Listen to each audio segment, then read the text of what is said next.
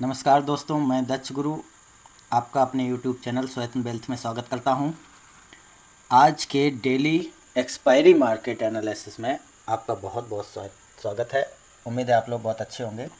आज मैं आपको एक तरफ टेलीग्राम का अपना स्वायत्त वेल्थ चैनल भी दिखाऊंगा और एक तरफ अपनी पोजीशन दिखाऊंगा। जैसी जैसी टेलीग्राम में मैंने मैसेज एंटर किए और जैसे जैसे पोजीशन बनाई उस टाइम के अकॉर्डिंग आप मेरी पोजीशन को देख सकते हैं। चलिए शुरू करते हैं। तो सबसे पहले मैं इसको कलम को यहाँ ले लेता हूँ। सबसे पहले आज आरबीआई की पॉलिसी का अपडेट था, इसलिए मार्केट में उठापटक थोड़ी ज़्यादा हुई है। इससे मेरे साथ भी उठापटक आज हो गई है। बड़ा पैसा मैंने अभी गवाया तो नहीं है हालांकि, लेकिन ऐसा लग रहा है कि कल के मार्केट की ओपनिंग, मैं इसको होल्ड करके गया हूँ, कल के मार्केट की ओपनिंग में पता चलेगा कि क्या कंडीशन बनेगी। ये है आज की 8 अगस्त तारीख। पेन से मैं आपको इसको दिखाता हूँ। ये है 8 अगस्त की आज की निफ्टी की एक्सपायरी। आप लोगों को जैसे कि पता है मैं एक्सपायरी ट्रेड करता हूँ। आज एक्सपायरी ट्रेड करने के साथ साथ मैंने बैंक निफ्टी में भी ट्रेड की है।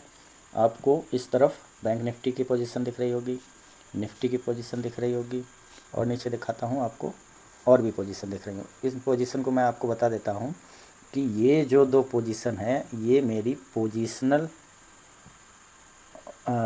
है। मैं इनको ओवरनाइट कैरी कर रहा हूँ क्योंकि मुझे ऐसा लगता है कि इस महीने अगस्त में निफ्टी की एक्सपायरी जो है वो वीक होगी, 24,000 के नीचे होगी। इसलिए मैंने इन दो पोजीशन को हेज करके रखा हुआ है। इन पोजीशन में विशेष प्रॉब्लम होनी नहीं है। पहली बात तो ये है, इन पोजीशन को हम अवॉइड करेंगे।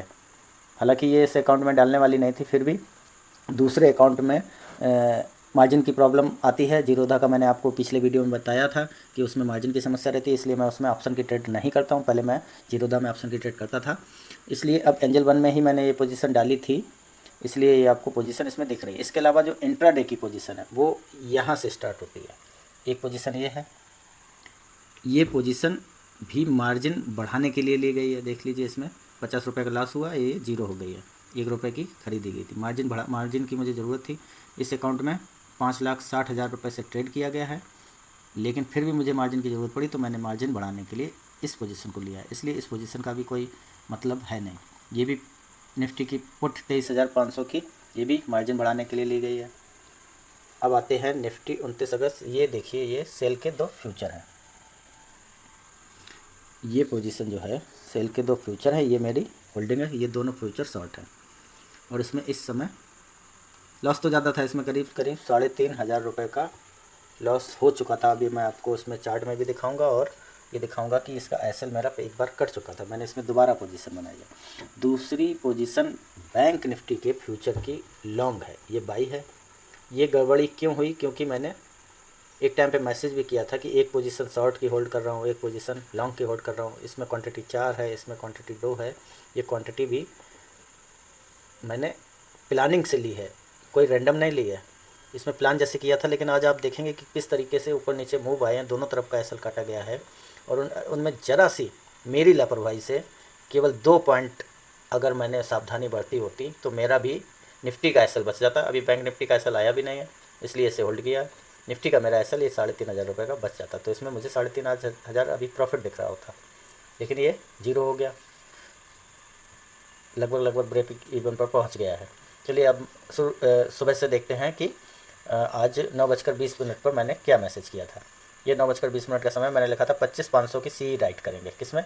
चूँकि निफ्टी की एक्सपायरी थी तो निफ्टी में सी राइट करेंगे। अब देखते हैं 25,500 की मैंने सी राइट की थी या नहीं की थी, ताकि आप लोगों को भरोसा हो कि जो मैं लिख रहा हूँ वो पोजीशन खुद भी कर रहा हूँ कि नहीं कर रहा हूँ। ऐसा ना हो कि आप लोगों को लगे मैं आप लोगों को बता रहा हूँ, पोजीशन नहीं ले रहा हूँ। ये देखिए, निफ्टी 24,500 की 2 लाट मैंने सेल की थी और एवरेज देखिए कितना, 12 रुपये में।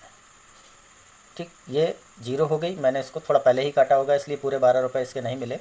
बाई मैंने ये इसको पहले ही काट दिया था क्योंकि मार्जिन की समस्या आ रही थी। 5,60,000 मार्जिन होने के बावजूद भी मार्जिन की आज पता नहीं क्यों रिक्वायरमेंट ज़्यादा थी और इसको 2 रुपये 65 पैसे भी ये जीरो हो जाते। वैसे मुझे आइडिया भी था कि 24,500 मार्केट जाना बहुत ही मुश्किल है।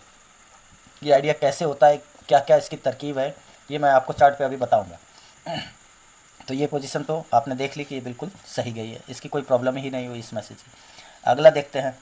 अगला मैसेज था आज नेगेटिव खुल गए, इसलिए बुल तो 24,316 के आने के बाद विचार करेंगे, घुसेंगे नहीं। अब यहीं पर मेरे से गलती हो गई।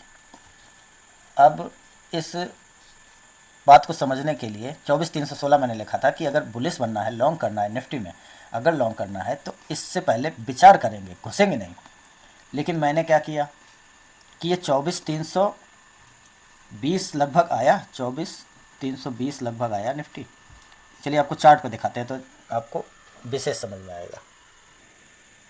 चलिए ये हम लोग आ गए हैं, पेन से आपको लगा कर दिखाता हूँ। ये हम लोग आ गए हैं आज निफ्टी के चार्ट में, जिसकी ओपनिंग यहाँ हुई है। ये पहली ओपनिंग कैंडल है। इसके बाद जो मैं आपको पोजीशन बताने जा रहा हूँ कि बुल तो 24,316 के आने के बाद विचार करेंगे। ये कौन सा स्विंग था? ये स्विंग था ये वाला, इसके प्राइस थे 24,316। यहाँ पर हमें लॉन्ग का विचार तो करना ही करना था। ठीक, अब आपको आगे बताते हैं। जैसे ही ये पोजीशन आज निफ्टी की एक्सपायरी शुरू हुई थी तो एक कैंडल ये बनी थी, एक कैंडल ये बनी थी। इसके बाद इस स्विंग के नीचे यहाँ पर मैंने एक फ्यूचर शॉर्ट किया था, केवल एक लॉट फ्यूचर शॉर्ट किया था। एक लाख फ्यूचर शॉर्ट किया था। लगभग ये 50 पॉइंट का इसने मूव दिया, अचानक से मार्केट बैक चला गया। मैंने इसमें ऐड नहीं किया था, इसके ऐड को बढ़ाने का प्रोग्राम इसके नीचे था, इस क्वांटिटी को बढ़ाने का प्रोग्राम इसके नीचे था, लेकिन इसके नीचे मार्केट नहीं आया, बल्कि ये इस तरीके से प्राइस एक्शन बनाता हुआ ऊपर निकल गया। ऊपर निकल कर इसने 24,340 तक मूव दिया। अब मैंने इसमें डिसाइड किया था कि मैं अपनी पोजीशन 24,316 पर विचार करेंगे और 24,000 शॉर्ट की पोजीशन 24,342 पर छोड़ देंगे। लेकिन अचानक किसी काम से मुझे बाहर जाना पड़ा तो मैं स्क्रीन के सामने नहीं था। मुझे जैसे ही ये ब्रेक दिखा, मुझे लगा कि ये पोजीशन अब कट गई होगी, तो मैंने रास्ते में इसको बिना देखे एक फ्यूचर शॉर्ट को मैंने छोड़ दिया और वहीं से लॉन्ग वालों को ट्रैप करते हुए, यहीं से लॉन्ग वालों को ट्रैप करते हुए, यहाँ लॉन्ग की पोजीशन बनवा के उनको ट्रैप करते हुए मार्केट फिर से नीचे आ गया। क्योंकि यहाँ मुझे पोजीशन बढ़ानी थी, इसलिए अब आपको दिखाता हूँ मैंने और क्या मैसेज किया। यहाँ पहले ही लिखा था 24,167 के नीचे सुबह 10 बजे ही 24,67 के नीचे एक फ्यूचर शॉर्ट करेंगे, जो कि मैंने किया। ये देखिए यहाँ पर एक फ्यूचर शॉर्ट किया। 24,050 तक शॉर्ट में बने रहेंगे, मैंने ये भी लिखा था 10-19 में 24,050 तक शॉर्ट में बनेंगे। लेकिन मार्केट के इस प्रकार के मूव ने भ्रमित कर दिया और वो पोजीशन कटवा दी। जब ये मार्केट दोबारा आया है यहाँ, मैंने इसमें 1-2 फ्यूचर शॉर्ट किए। उन 2 फ्यूचर ने क्लोजिंग आते आते मेरा 3,500 का लॉस जो था वो कम, जीरो कर दिया। ठीक है, इसका जो यहाँ एसएल कटा था वो लॉस जीरो हो गया। ये उस शॉर्ट पोजीशन की बात थी। अब इसमें मैंने ये भी लिखा था, आप इस बात को गौर करिए, मैंने ये भी लिखा था आज जो बियर डर गए तो समझो मार्केट गिर गए। वही हुआ, बिल्कुल यही बात हुई। मैंने खुद लिखी, मैं उस पर खुद नहीं चला। बियर कहाँ पर डरे थे? देखिए निफ्टी में साफ साफ दिख रहा है कि बियर यहाँ डरे हैं, बियर ने यहीं पोजीशन छोड़ी है और जैसे ही बियर डरे हैं वैसे ही मार्केट गिरे हैं। ये देखिए साफ साफ, बियर जैसे ही डरे हैं यहाँ से निकले हैं वैसे ही मार्केट गिर गया। लेकिन गलती मेरी से ये इतनी ज़्यादा हो गई कि मैंने यहाँ 12:28 पर जब मैं बाहर चला गया तो निफ्टी का एसएल मैं 342 लगाना चाहता था, वही एसएल मुझसे 320 हो गया। उस वजह से मैंने यहाँ अपनी पोजीशन छोड़ दी। ठीक है, चलिए इसमें खैर कोई दिक्कत नहीं आई, इस पोजीशन में कोई प्रॉब्लम ही नहीं हुई क्योंकि ये बाद में प्लस में हो गई। उसके बाद मैंने क्या लिखा है आपको ये भी दिखाता हूँ। मार्केट पलट गया, निफ्टी की एक्सपायरी 24,150 से लेकर ये मैसेज 12:41 का मार्केट पलट गया है क्योंकि एक एसएल मैंने ले लिया था। लेकिन फिर भी मैंने यहाँ पर लॉन्ग की पोजीशन निफ्टी में नहीं बनाई थी, लॉन्ग नहीं किया था, अपना एसएल लिया था, यहाँ पर रिवर्स नहीं किया था, लॉन्ग की कोई पोजीशन निफ्टी में नहीं बनाई थी। और 24,500 की कॉल पहले से ही शॉर्ट थी, उसमें विशेष लॉस नहीं बढ़ा था क्योंकि मार्केट 12 बजे के बाद यहाँ आया था। 24,500 भी चला जाता तो वहाँ एक्सपायर हो सकता था, इसलिए वो पोजीशन चालू थी, उसमें पैसा जीरो हो ही गया, आपने देखा ही है। इसलिए मैंने ये लिखा था 24,150 से लेकर 24,500 तक कहीं भी एक्सपायरी हो सकती है। ये समय है 12:41 का। यहाँ ये इतना बड़ा जोन था इस एक्सपायरी के होने का, कहीं भी हो सकती थी। तो जब ये यहाँ आ गया एसल काट दिया तो मुझे लगा कि ये इलाका जो है वो सेफ़ है, 24,150 की पी राइट कर सकते हैं। 2 लॉट राइट करनी थी, गलती से 3 लॉट राइट हो गई पुट की। जैसे ही मार्केट यहाँ था पुट 3 लॉट राइट हो गई। उसके बाद मार्केट ने फिर रिवर्स दे दिया। जब रिवर्स दे दिया तो मैंने इसमें एक और ऐड कर दिया, फिर यहाँ टलता रहा, फिर एक ऐड कर दिया। टोटल 5 लॉट 150 वाली निफ्टी की पुट हो चुकी थी, जिनका एवरेज 34 रुपये बना था। आज 24,150 की क्लोजिंग इसी प्राइस पर हुई है।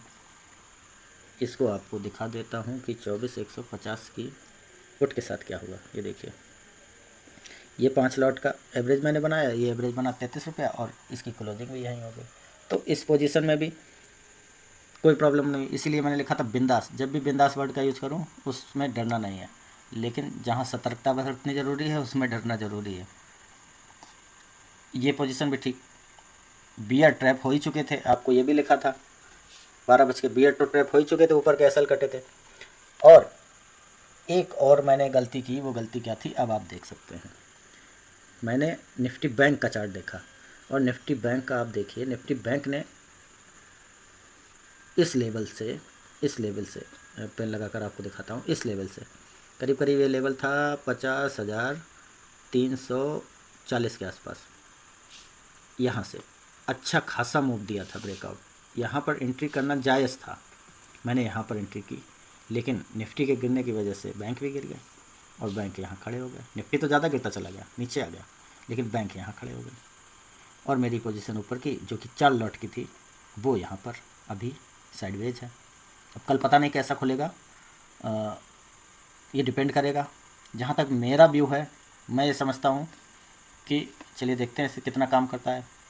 कि निफ्टी का चार्ट लगाते हैं, निफ्टी में मेरा व्यू है कि कहीं ये 24,000 खुल जाए और खुलते ही ऊपर चल दे, तो मेरी जो शॉर्ट पोजीशन पड़ी है यहाँ पर मैं एग्जिट करूँगा, ऊपर चल देगा तो पूरा एग्जिट कर दूँगा, ये एक यहाँ एग्जिट कर दूँगा, बचा हुआ एक यहाँ एग्जिट कर दूँगा, तो इसकी प्रॉब्लम तो ख़त्म हो जाएगी 2 शॉर्ट पोजीशन की, ये तो ठीक हो जाएगा। लेकिन अगर नीचे नहीं खुला, ऊपर खुल गया तो इसमें दिक्कत होगी। लेकिन बैंक की 4 लॉन्ग पड़े हैं और 2 शॉर्ट है, इसलिए ये दोनों पोजीशन आपस में मैनेज हो सकती हैं। लॉन्ग की ज़्यादा है, कल गैप अप खुलने की भी संभावना बन रही है, तो देखते हैं जैसा भी टर्न आउट होगा आपको कल ही अपडेट इसका मिलेगा। बहरहाल आज इसमें जो लॉस दिख रहा है वो 19,000 का है, कल देखते हैं ये बढ़ता है या घटता है। चलिए, इसके बाद कल सेंसेक्स की एक्सपायरी है। अब सेंसेक्स की एक्सपायरी को इसमें लगाता हूँ, ये सेंसेक्स का चार्ट है। सेंसेक्स के चार्ट में